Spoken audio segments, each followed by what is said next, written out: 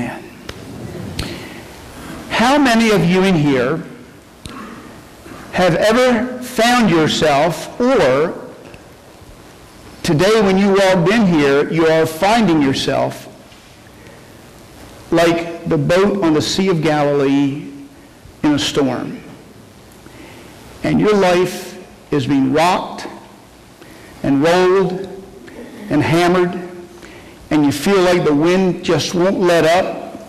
It's always in your face. Anybody feel like that in your life? I don't see many hands. I'm in the wrong place. We're in church, let's be honest now, come on. Well, now you said that. Yeah, sometimes you got to bring everybody back to reality, how that is. But that's why this story resonates with so many people, because we've all been in that boat, and we've all been on that sea, and we all have been sinking at one time or another, and we've all cried out, Lord, help me, in some way or another. This passage is traditionally called Peter walking on the water, and that's the miracle. Now, just so everybody understands, I believe that every law of physics was violated in that particular moment. I believe Jesus walked on the water. There were no stones 6 inches under the water. He walked on it, and when he called Simon Peter, and Peter obeyed and came out of the boat, Jesus enabled him to do what he called him to do. And Peter walked on the water. Every law of physics was broken. And that's how I approach this story. The miracle of Peter walking on the water, you got to understand some things about Jesus to really appreciate the miracle. Because if you don't understand this about Jesus, the miracle is just another, oh wow, isn't that cool? But I want you to think about these things that the story tells us about Jesus. First of all, when you read the story, Jesus came to the disciples. They were in deep trouble. Things were not going well. And if you've ever been in a boat, in a storm, out here in the ocean, in the bay, in the Chesapeake Bay, getting caught in Tangier Sound with one of those storms that rolls up that sound, and you can't get back into port fast enough, you're in for a ride. You're like the guys up in Alaska going after the king crabs. You're all over the place. And no matter how seasoned you are, as a skipper, as a boater, or whatever, after a while of beating the wind and the waves and getting soaked and everything and trying to keep on course and hang on, and you're bouncing up and down, you get tired and you get a little worried. And sometimes you get a lot worried. And that's where the disciples were. And Jesus came to them. And he comes to you and me, wherever we are. There's no place you and I can go that God isn't. There is no place, no circumstance, no situation where we find ourselves that Jesus can't come to us.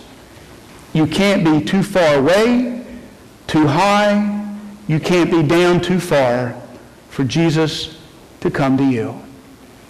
Now, why is this important? Number one, Jesus comes to us, and he came to the disciples, because it's through Jesus that God shows not only his love for us, but God also kind of demonstrates that nothing is going to impair, impede, stop, hinder, diminish, hold back that love, and God acting on that love for you and me.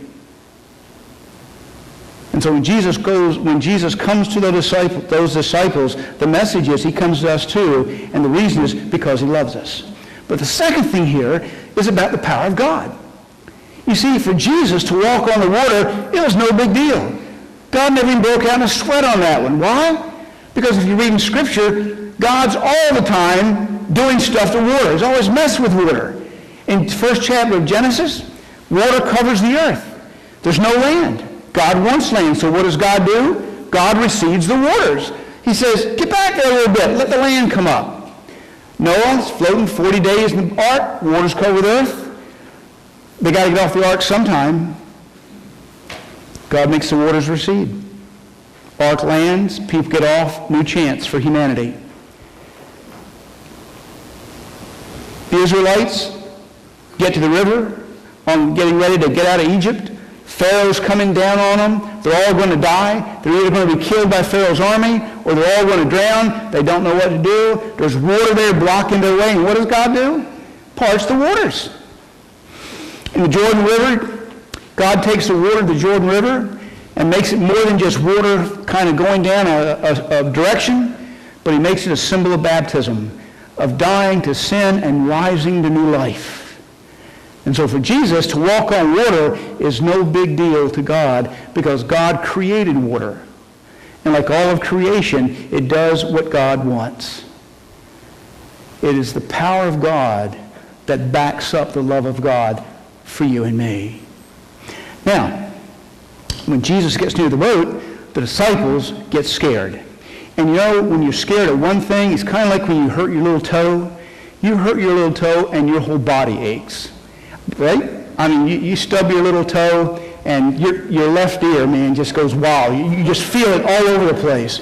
Well, you see, if you get scared about one thing, that fear just finds little rabbit trails somewhere else in your heart. And as it goes down that little rabbit trail, something else comes up. And then you see these signs along that trail. It's called what ifs. And all the roads are named what if. And the fear grows. And the disciples, they're already upset. And they see Jesus, and they're afraid. And in their fear, they didn't really see Jesus at first. They saw what they thought was a ghost. They missaw Jesus. And you know, sometimes in our lives, we can miss-see Jesus and not realize that Jesus is coming. And the fear can grow. The sense of just being lost, being swallowed up. I think a few weeks ago I shared this story with you. I'm going to share it again because it's a good story and I like it. Did I share the story with you about the guy who gives money anonymously? Anybody remember that? Good. All right. Because last week, I know a guy who has the spiritual gift of generosity. God has blessed him financially. So what he does, he's very active in his church and community. He'll hear about somebody who's got a need. Usually it's a financial need. And what he'll do is he'll get an envelope and a card. And he'll put cash in the card. And he'll write in the card, Christ has not forgotten you. And then he will take the card to his pastor or in some way anonymously give it to that needy person. Now, can you imagine what you would feel like if you were sort of like the boat on the Sea of Galilee and you felt like you were about ready to sink?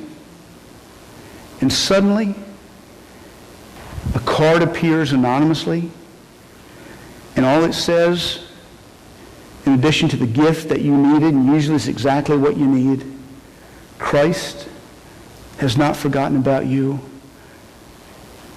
Can you imagine what that would do to somebody's faith when they're about ready to lose it completely?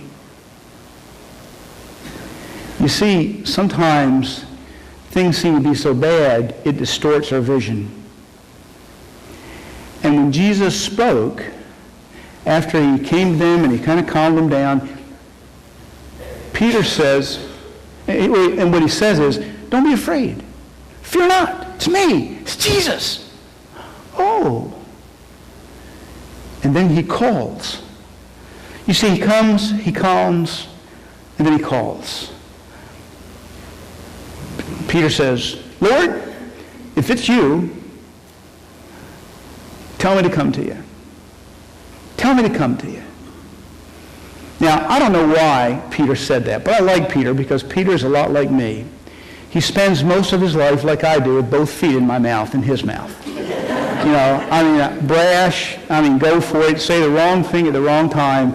You know, that's me. That's how I'm wired. You know, and if I ever do it, just live with it. It's who I am. It's not intentional. It's just a genetic thing. And Peter says, if it's really you, tell me to come to you. Now, that could have been an expression of faith. He could have realized, oh, it's Jesus. Oh, come on, tell me, I'll come. Or he could have been like, a little sarcastic. Yeah, right, walking on, yeah, right, see, right, storm, right, you're walking out there. I don't think so. If it's really you tell me to come on out. And Jesus says one word. He says, come. You see, that's a powerful word because that word come puts us on the spot. Because if we really believe in Jesus, we really believe Jesus is with us, and Jesus says, come, then we either have to act on our faith or do nothing. And as I think about the story, my crazy mind goes wild because I can see Peter thinking, oh my God, what have I got myself into? Waves, wind, between 3 and 6 in the morning.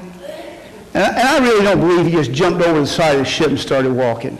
I think Simon Peter, when he realized he really put his foot in it, mouth, this time, I believe it took him a moment to get one leg over. Then he got the other leg over, and he's sitting there, and the water's there, and he's looking around, and he sees Jesus, and he finally goes ahead and takes the plunge. But it's no plunge, he walks. And as he's walking to Jesus, he's got his eyes on Jesus. He doesn't see anything else. And that's why he can walk. That's why the miracle can happen. Because when you keep your eyes on Jesus, we suddenly discover that our God is a big God and the problems are not as big as or bigger than God. You see, when our eyes are on Jesus in our faith, things get in perspective. So Peter gets a little way out from the boat, and suddenly he gets distracted.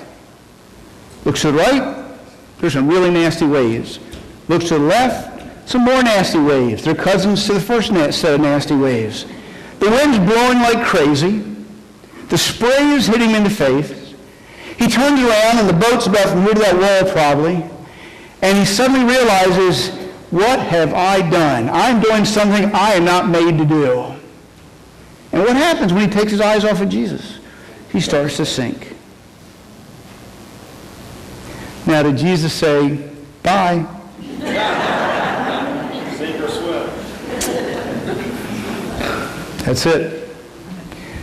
Jesus reached down and he grabbed him. And he pulled him up. And they got in the boat.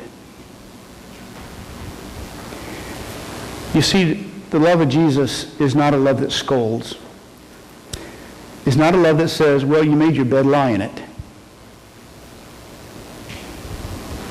It's a love that says, come, and I will give you the strength you need. I will equip you to do what I want you to do. And when you fall, when you get distracted, I'm going to be there when you call out. They get in the boat, and things calm down. You see, when God works in our lives, God always begins in our hearts. Because when our hearts are being touched by God, it changes how we see everything else. And then God works on the circumstances. And the disciples, when everybody got back in the boat, and they've gotten over being stunned at seeing Jesus walk on the water, and then seeing Peter walk on the water, they worship God. And they look at Jesus and they say, truly, you are God's Son. You are who you say you are. And when Jesus comes, he'll always call us to do something. It might be a call to fear not. It might be a call to start a new ministry. It might be a call to change something in your life. It may be a call to look at something going on in your life with a whole new set of lenses. And the act of faith, when he says come, is to go. And when you stumble in the going, Jesus is right there to pick you up. And he walks with you. And he enables you and me to do whatever we need to do to answer that call. Don't be afraid. It is I. I don't know what storm is raging in your life today. And your life may be at a point of slick calm. ain't a breeze stirring, and the sails are as limp and dead, you're better off not having them. You're just kind of floating with the tide. And that's okay. But you've had a storm probably, and you will have a storm if you're not having one now. And I just want you to know that there's no storm you can be in, there's no category so high that God can't be with you and lead you through. Keep your focus on Jesus, and you will walk on the water. Whatever that storm is, God will enable you to overcome it.